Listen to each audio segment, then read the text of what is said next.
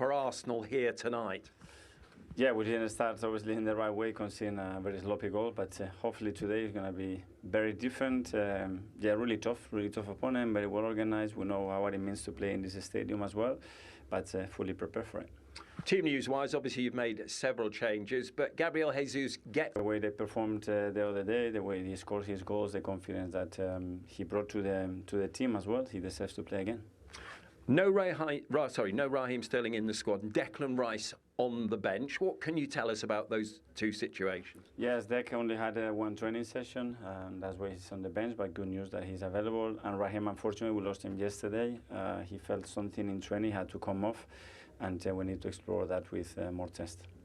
Just finally, obviously after you play tonight, it means you will have played 2 games more than Liverpool. So how important is putting the points on the board to put pressure on them? That's what we want, win our games and then wait, but we have to do that first.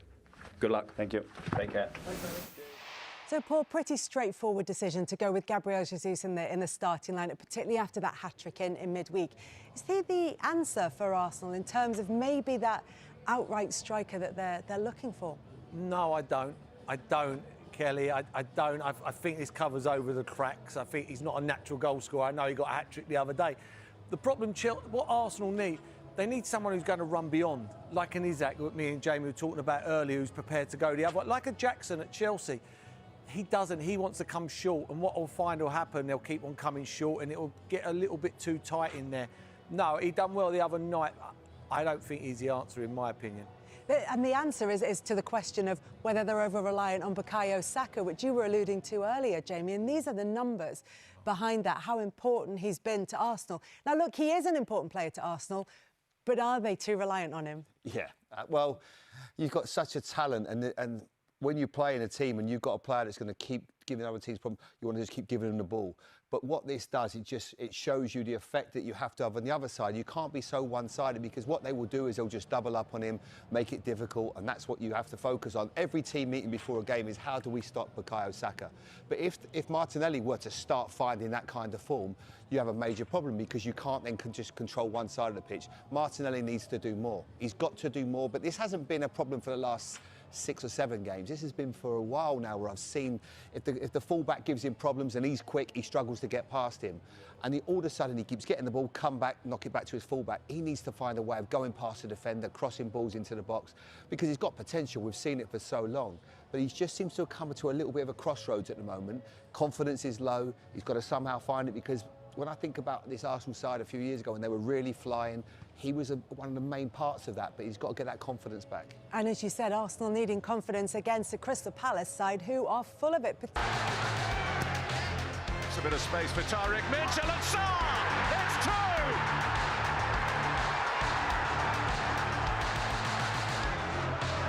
Selhurst Park, Miles Lewis-Skelly continues his rapid rise. Only made his debut in September. He's in the starting lineup again today. Looks like a slightly deeper role for Kai Havertz, because Gabriel Jesus, after a midweek hat-trick, comes into the starting lineup for Arsenal in this Premier League fixture. As for Crystal Palace, they make 3 changes from that game against Arsenal in midweek. Chris Richards makes just his first Premier League start in 3 months. There's also a start for Nathaniel Klein, and of course Ismail Assar, who's in fantastic form for Palace, starts in this fixture against Arsenal. And Sarah, a big reason why Palace have been in such good form of late. In fact, they've taken as many points as Arsenal from their last 8 fixtures. Let's hear from Oliver Glasner now. He's with David Crane. Oliver, 2 teams who met just a couple of days ago, albeit in a different competition. You made a really good start in that game, but are there lessons to be learned? It came in at half-time, then most of their chances coming from their right side, they're overloading and really having great passes, and so this is what we could see. We knew it, but then needs maybe 1 or 2 adjustments, and the second part is, and this is what I told the players, we have to be more brave in possession. When you have just 20% possession, the pressure of Arsenal increases, and it's just a question of time when they find the pocket, when they find the gaps, and this happened in the second half. And so also we need to have the ball, we need them to run after us, and this is what we told the players, and I hope that we do it better than at Emirates. That defeat's been the only slight bump in the road, and what's been a really good moment for you. In terms of the metrics, you're first for kilometres run in the last 8 games, you're first for pressures and third for pressures in the final third. What's changed, Oliver, in the last 8 games that wasn't present in those opening games?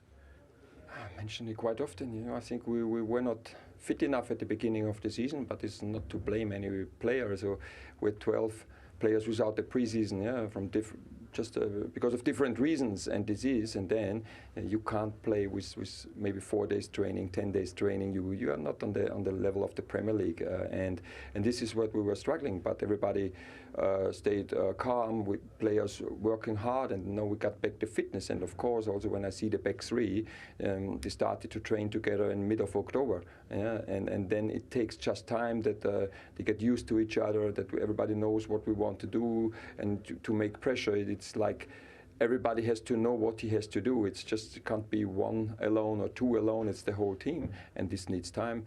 But I still think that we are not at the end where we want to be in a few weeks or months. Well, Jamie, he got so much praise, Oliver Glasner, for the improvements to Crystal Palace when he came in. But the start of this season was really tough for them. And he talks about their fitness at the start of the season and how much that has improved. We're seeing it on the field, particularly in terms of their pressing. Yeah, absolutely, and that's what he wants. He wants high-intensity football. He wants to outwork teams, press them high, make it difficult for them. I think if you go back to the start of the year, it was really difficult for them. We had a lot of problems. They obviously lost Elise. Adam Wharton was at the Euros. He'd perhaps come back. He'd been sat on the bench, wasn't as fit as what he possibly could have been. Mateta was at the Olympics. So, you know, and Gay, who's the captain, was he going to stay? Was he going to go? So there was a lot of turmoil at the club, a noise in and around it. So it's taken them a while to get going, what I would say, in this league, but they are certainly going now. They've got some momentum. Huge result from against Brighton, which is obviously the big derby for them. And they'll be looking at this one today thinking, let's get after this Arsenal side. Let's make it difficult for them. Ismail Sarr's a really important player for them. He's got great potential. You know, I liked him when he was at Watford. He obviously had a move, went to France. Now he's come back. He looks like he's full of confidence again and he can finish. And I think it'll be a really good battle against Miles Lewis-Skelly today. Yeah, I think the thing with their work rate now is they have to work harder because they had Elise and Eze last year. They had that X factor. So you give them the ball, they take it up the pitch. It gives you a bit of time. They ain't got them now. You know, Eze's been injured, Elise's left, so they have to work harder. I think the big difference for me is the big centre forward, Mateta. I think he's very good for them. I think he's a must. I think he leads the line well. It starts at the front and he's a handful.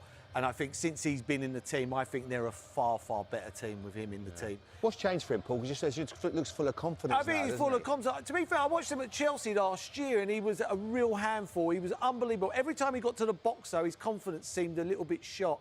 Now he looks like that player. I thought his goal at Arsenal in midweek was outstanding. You know, the way he took it, it was his extra touch he took. I think last season he was shot straight away and he takes that extra touch and then in the end it looked like an open goal in the end because he took that extra touch. So it's his confidence. It's, you know, it's the same as any footballer. If you can bottle confidence up, you've got a chance. And even though he came back late because of it, the Olympics and having all that success will have done wonders for his confidence as well. And from Palace's point of view, the defending's very poor. We'll have a look at that in a minute because you can see Jesus at the back stick with so much space. And what happens is that you see Gabriel coming across, that then attracts Nathan Clyne, and then Tyrick Mitchell goes in as well because Gabriel now is somebody that he has. Great week for Gabriel Jesus as well. You said in midweek when he got the hat-trick, you said that might be the spark. Looks like it was. It was, and you could see him. The days before and the days after that, he was ready for it. And I had no doubts. You know, when a player is in that momentum, he has to play. Scoreline looks very comfortable, but David Raya did have to make some saves in the game. Yes, especially one in the first half, another one in the second half. And that's the beauty of it. That the way he finished that was, you could see he was fresh when he came on. Yeah, some of the goals were really good again from different faces, different players again sharing the goals. Really positive. And when he came on, I think he gave us something else in the game. He grabbed the game and gave us a lot of control. I know you've played more games, but 3 points now behind Liverpool. Given the recent run of form, given some results that didn't go your way, is this okay? Well, I think we're in a really good moment. I mean, we haven't lost in 10, won 5 out of 7, and we deserve to win all of them.